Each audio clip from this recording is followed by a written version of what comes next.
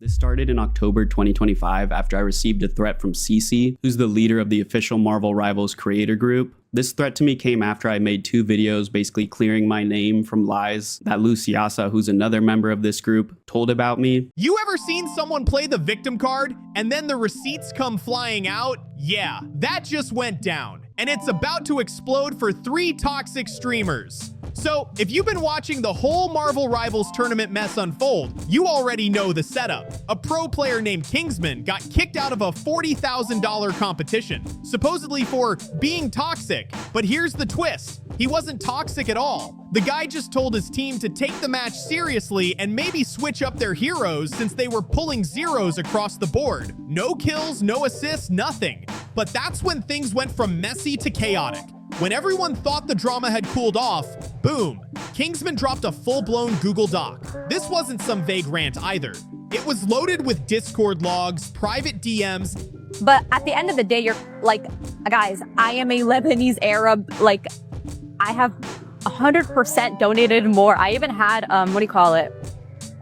Not that this is an excuse, but I'm saying I have definitely donated more than all of you guys combined to Palestinians. I literally have family there. And screenshots that hit harder than a final boss combo. The proof was so brutal that sponsors started pulling out in less than 2 days. Even the tournament organizers were scrambling, backtracking like they just got caught mid-lie. Meanwhile, those so-called toxic streamers started wiping messages and deleting evidence like their careers depended on it. But here's the kicker. Kingsman wasn't alone in this. Another creator, Anti-Grow, jumped in and took the whole situation to another level. Double down on the receipts, because this is where things get loud. What came out next wasn't random drama. It was detailed, messy, and impossible to ignore. Now let's break down what actually got exposed, why those so-called apologies meant nothing, and how this whole tight-knit toxic crew managed to wreck their own careers at lightning speed. No exaggeration, this was a self-inflicted crash.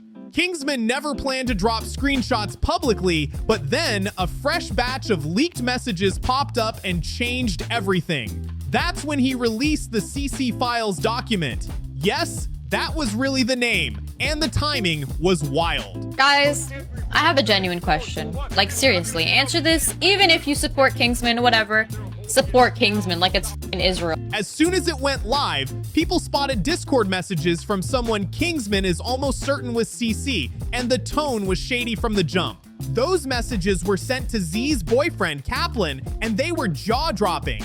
The message straight up said to go on an alt account, clip anonymously, download any clips that could help get Kingsman kicked off the team. Then it doubled down with, don't worry, plenty of people online are just as good. Kingsman, like everybody else, is replaceable. That one line alone told everyone exactly what kind of game was being played. Here's where the story really cracks wide open. While CC was posting publicly, claiming she had nothing to do with Kingsman getting removed, screenshots show the group doing the exact opposite.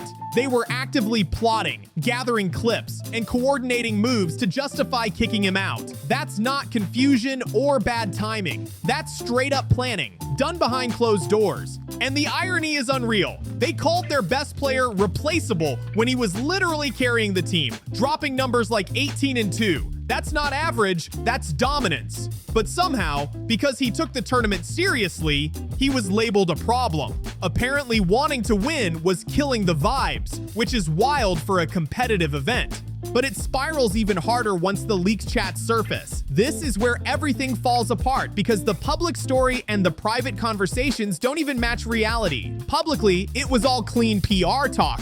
Miscommunication, everyone's learning. We all share blame. Sounds nice, looks responsible, right? Privately though, totally different energy. There were demands to delete videos, accusations flying about harassment, and pressure tactics stacking up. Meanwhile, all Kingsman did was defend himself with receipts and facts, saying, and here's the part that hits the hardest, using mental health struggles as leverage to force silence. That's where the line gets crossed, no debate. Mental health is real, anxiety is real, panic attacks are real. But turning those experiences into tools to pressure someone into backing down while attacking them in the same conversation is not healing behavior. That's not coping. That's calculated manipulation dressed up as vulnerability. The move was obvious from the start. Make Kingsman feel guilty for telling the truth by framing it as causing distress. That tactic only works when people don't see the full picture. And now everyone's seen it. Once the full context dropped, the illusion collapsed fast. Even companies saw through it instantly. Within just 2 days of the document going public, the consequences started stacking up hard. CC began losing sponsorships one after another, no hesitation. Infinity Mice cut ties immediately. Then Solaris Gaming released a statement saying they fully removed her from their organization and creator program. They clearly said they don't support behavior that targets or disrespects other creators. When brands move that fast, it's not about internet noise. It's because the behavior is impossible to defend. They couldn't risk the association, plain and simple. These companies wanted their brands nowhere near this disaster. And honestly, good on them. There have to be real consequences for treating people badly and then lying about it like nothing happened. Accountability finally showed up, and it showed up fast. But somehow, it still gets more embarrassing. CC posted this long statement about stepping away from the internet to reflect and work on herself, trying to sound calm, mature, and above it all. Real growth arc vibes, right?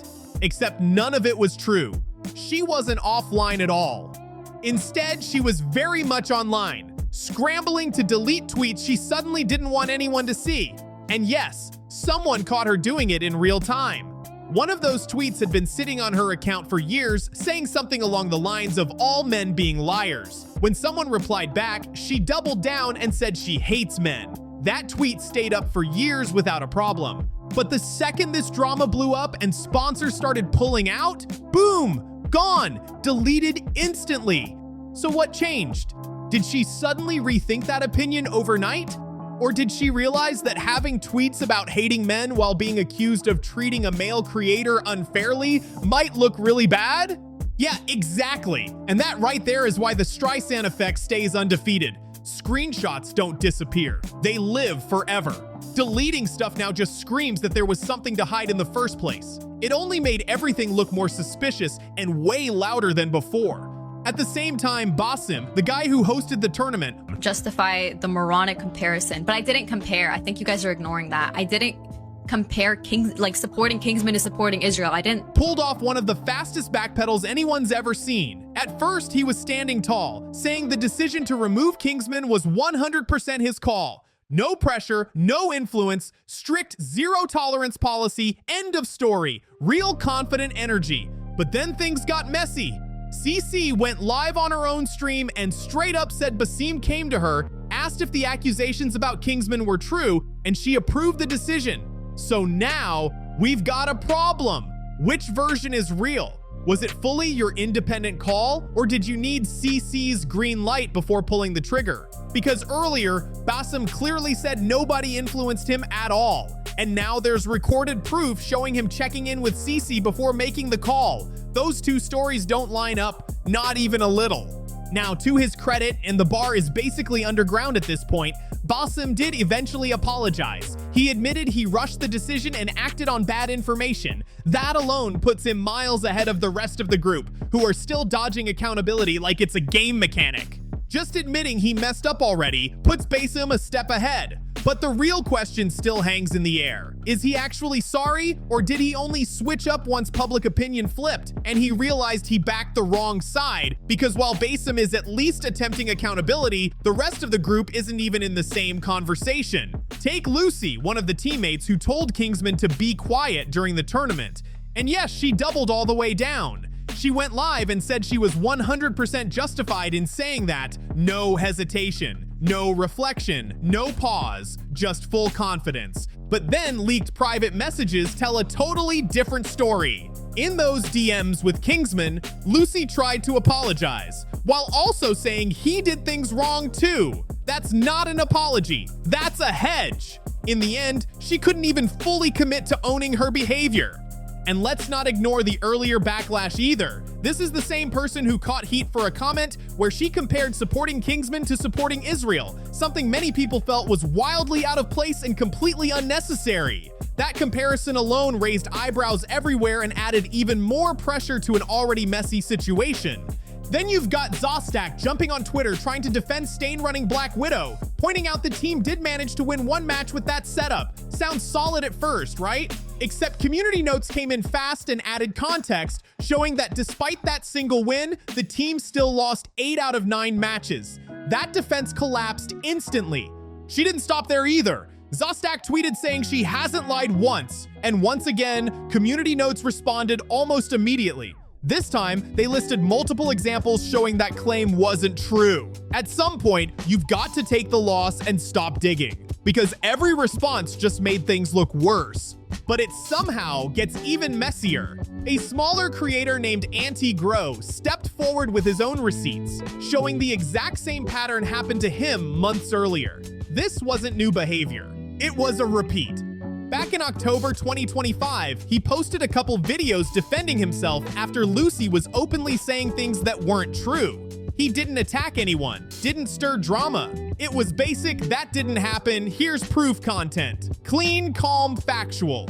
And then CC slid into his DMs with pressure. According to Anti-Grow, she threatened to remove him from the entire Marvel Rivals creator Discord if he kept posting videos clearing his name. That right there showed this wasn't a one-time situation.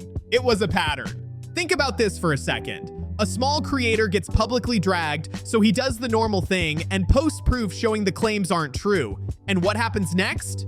The person running the community threatens to cut off all his networking opportunities if he dares to defend himself. That's not moderation. That's pressure from the top. He sat on those screenshots for 4 full months. 4 months of missed tournaments, lost collabs, and silence. All because he didn't want to deal with this toxic circle. That's how much power they had. And that's how scared smaller creators were to speak up. And here's the wildest part. Lucy accused him of making those defense videos for money, then completely disappeared. No apology, no accountability, just silence. That alone tells you everything. This wasn't a misunderstanding. It was a pattern. And that's the real takeaway here. This wasn't just a one-time issue with Kingsman. This is how these people move when they think nobody's watching. Smaller creators get bullied into backing down, careers get threatened, and apologies only show up once the internet shines a spotlight. But here's the part that actually feels good. Despite all the toxicity, Kingsman won. His channel blew past 200,000 subscribers. The support poured in, and he came out stronger than ever. Meanwhile, CC, Lucy, and Zach are losing sponsors, getting community noted nonstop, and finally being exposed for how they've been operating in the gaming space. So yeah, the downfall has been satisfying to watch.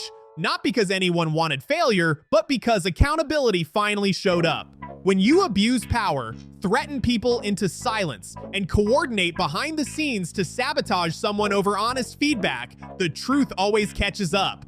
And once it does, no fake apologies or deleted tweets can save you. So what do you think about all of this? Drop your thoughts in the comments, make sure to like, subscribe, share this video, and I'll see you in the next one.